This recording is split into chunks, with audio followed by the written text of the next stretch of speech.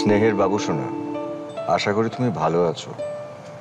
আমার শুটিংয়ের কাজ একটু বেশি হওয়াতে গত সপ্তাহে তোমাকে আর চিঠি লিখে উঠতে পারিনি। তোমার মায়ের শরীর আগের থেকে ভালো।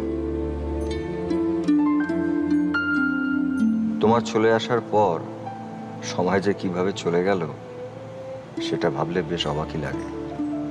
তুমি ঠিকই লিখেছিলে, আমাদের নিউ আলিপুরের নতুন বাড়িতে মায়ের একা লাগাটাই স্বাভাবিক, আর তার থেকেই যাবতীয় শারীরিক মানসিক রোগের সূত্রপাত।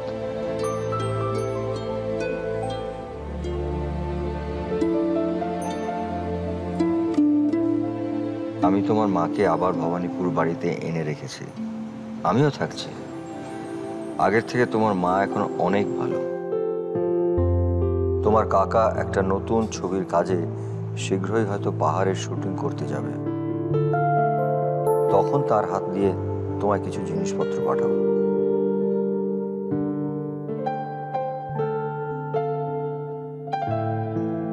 এরপর টপ সিক্রেট জানতে চাই, তোমার গোঁফটা কি রামদিন দারওয়ানের মতন বেশ পাকাপোক্ত হয়েছে? কারণ সেই সংবাদ নেওয়ার জন্য তোমার ঠাম্মার আর ঘুম হচ্ছে না। মাঝে মাঝে ভয়ও পাচ্ছে গোঁফ চুরি হয়ে যাওয়ার।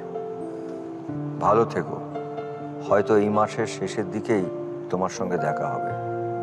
আশীর্বাদ নিও, বাবা।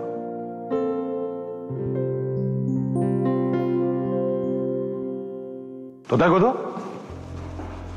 मैं तुम्हें ही ढूंढ रहा था।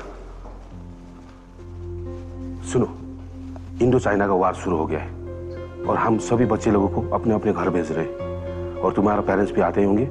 Better you get ready. Okay okay sir.